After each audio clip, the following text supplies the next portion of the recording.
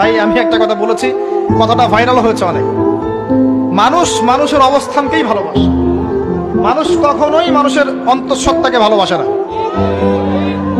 অবস্থান আপনার ভালো, আপনার পিছনে মানুষের অভাব থাকবে না। আজকে আপনার ক্ষমতা আছে, পাওয়ার আছে, খ্যাতি আছে, ইত্যাদি আছে, মানুষ দেখবেন পিছনে ঘুরঘুর করছে এবং এরা কিন্তু সবাই সবার স্বার্থেই ঘুরঘুর করছে। এর বাইরে আল্লাহ পাক কিছু মানুষের মনে আল্লাহর পক্ষ থেকে মহব্বত দেন, এটা আলাদা বিষয়।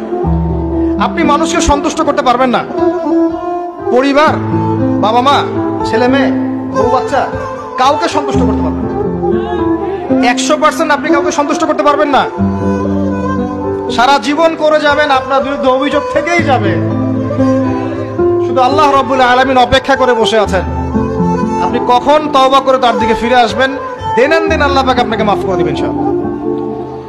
আল্লাহ পাক বলেছেন, শুনেন, ইল্লা মান তাবা, যে অনেক গুনাহ করেছে, শিরক করেছে, জিনা করেছে, মদ খেয়েছে, বিদআত করেছে, হারাম খেয়েছে, আল্লাহ পাকের অবাধ্য হয়েছে, নামাজ পড়ে নাই, যাকাত দেয় নাই, ইত্যাদি ইত্যাদি অনেক অন্যায় করেছে।